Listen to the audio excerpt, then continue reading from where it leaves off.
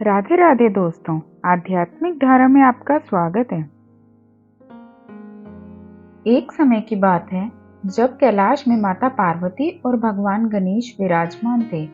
तब 12 माह की गणेश चतुर्थी का प्रसंग चल रहा था। तब माता पार्वती ने कुतूहलवश भगवान गणेश से पूछा, हे पुत्र, चैत्र माह की कृष्ण पक्ष की चतुर्थी को तुम्हारे किस स्वरूप की पूजा की जाती है और उसका विधान क्या है, वो मुझसे कहो। माता पार्वती की जिज्ञासा को शांत करते हुए भगवान गणेश ने कहा, हे माता, चैत्र माह की कृष्ण पक्ष की आने वाली चतुर्थी को मेरे भालचंद्र स्वरूप की पूजा करनी चाहिए। इस दिन व्रत रखकर रात्रि में षोडश उपचार से मेरा पूजन करना चाहिए। इस दिन व्रती को ब्राह्मण भोजन के अनंतर पंचगव्य पान करके रहना चाहिए। यह पूर्ण रूप से सभी संकटों का नाश करता है। इस व्रत के स्मरण मात्र से मनुष्य को सभी सिद्धियों की प्राप्ति सहज रूप से हो जाती है। अब माता, मैं आपको इस व्रत से जुड़ी एक कथा के विषय में अवगत कराने जा रहा हूँ, इसलिए आप इसे ध्यानपूर्वक सुनिएगा।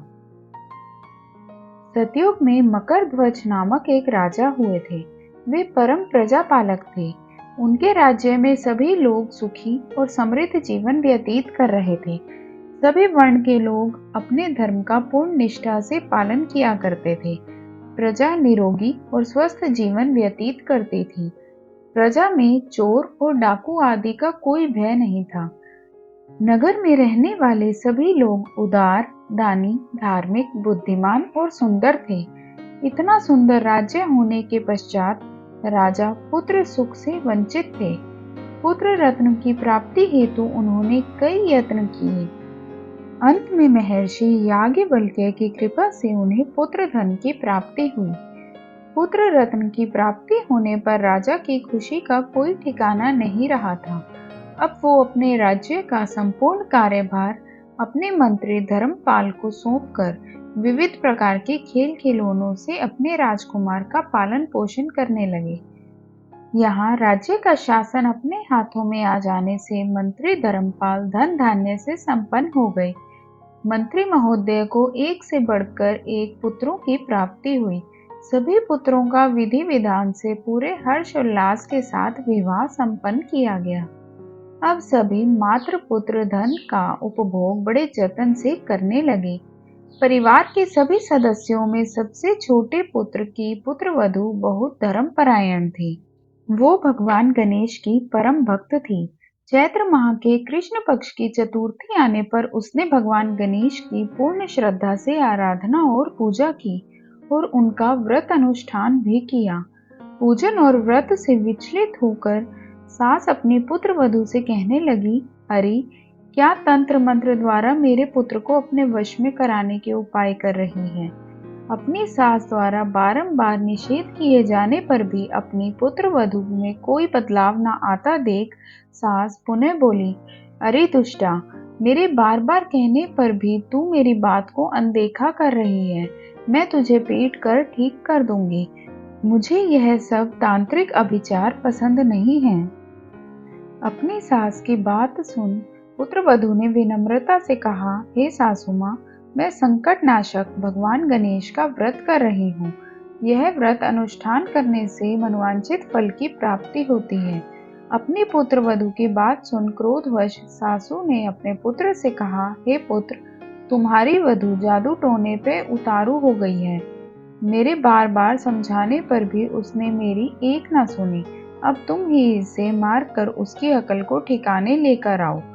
मैं किसी गणेश जी को नहीं मानती। वे कौन है और उसका व्रत कैसे होता है? हम लोग तो राजकुल से हैं।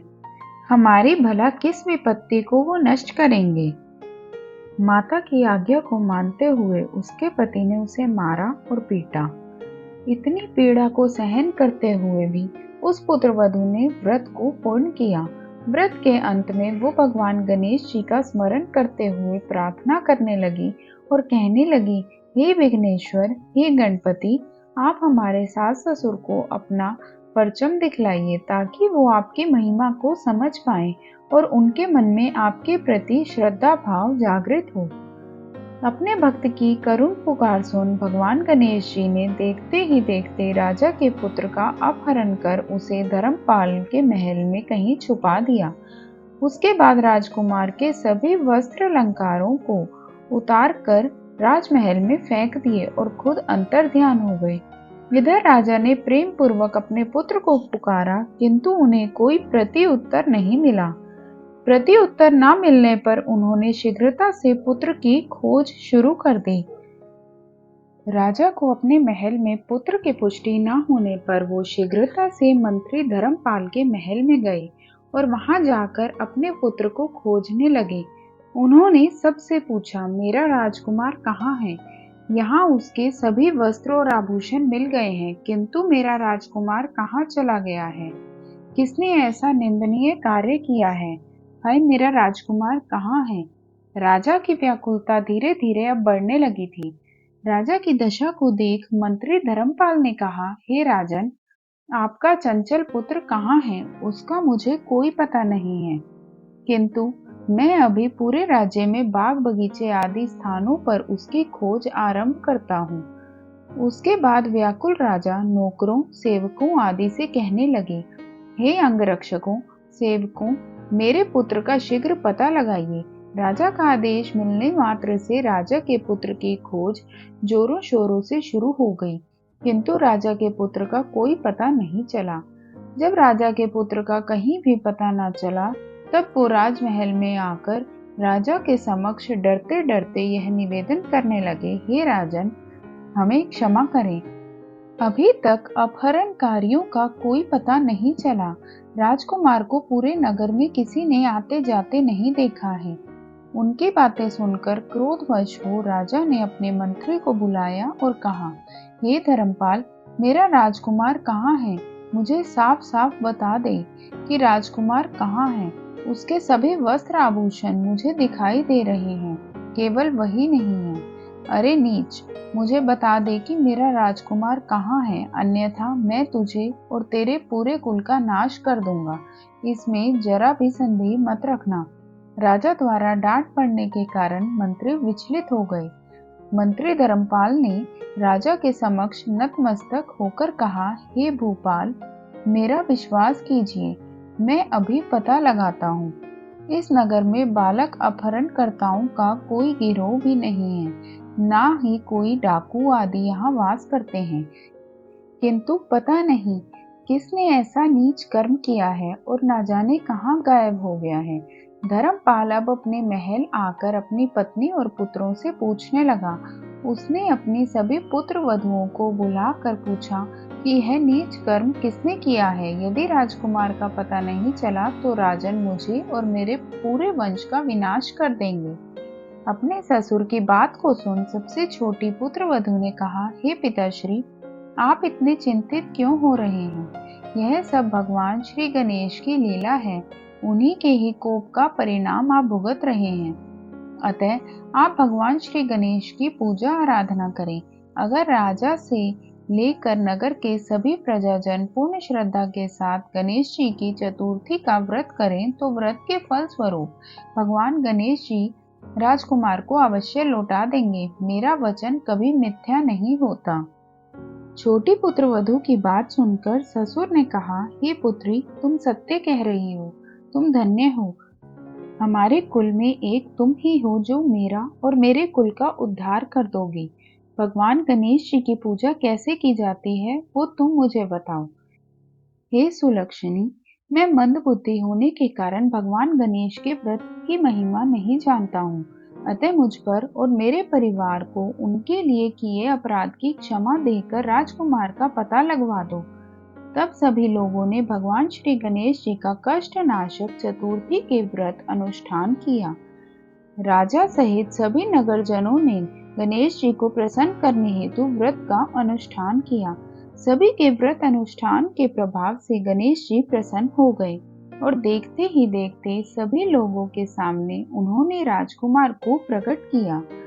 राजकुमार को अपने समक्ष देख राजा सहित सभी नगरवासियों की खुशी का कोई ठिकाना ना रहा। वो बस राजकुमार को आश्चर्यचकित होकर देखने लगे। राजा अपने पुत्र को पुनः प्राप्त करके खुशी से फूले नहीं समा रहे थे। भगवान गणेश की लीला को देख वो नतमस्तक होकर कहने लगी, भगवान गणेश जी, आप धन्य हो और धर्मपाल, तुम्हारी छोटी पुत्र वधू भी धन्य है, जिसकी कृपा से आज मेरा पुत्र यमराज के वहां जाकर भी दोबारा लौट आया। अतः आप सभी नगर जन इस संतानदायक व्रत को विधिवत करते रहें। श्री गणेश जी बोले, हे माता, इस व्रत से बढ़कर इस लोक तथा सभी अन्य लोकों में और कोई व्रत नहीं है। इस कथा का श्रवण युधिष्ठिर ने भगवान श्री हरि कृष्ण से सुना था और इसी चैत्र माह के कृष्ण पक्ष को आने वाली चतुर्थी का व्रत करके उन्होंने अपने खोए हुए राज्य को फिर से प्राप्त किया था। श्री गणेश भगवान की जय। वीडियो पसंद आए तो वीडियो को लाइक करें, शेयर करें, चैनल को सब्सक्राइब करें और बेल आइकन जरूर दबाएं। धन्यवाद।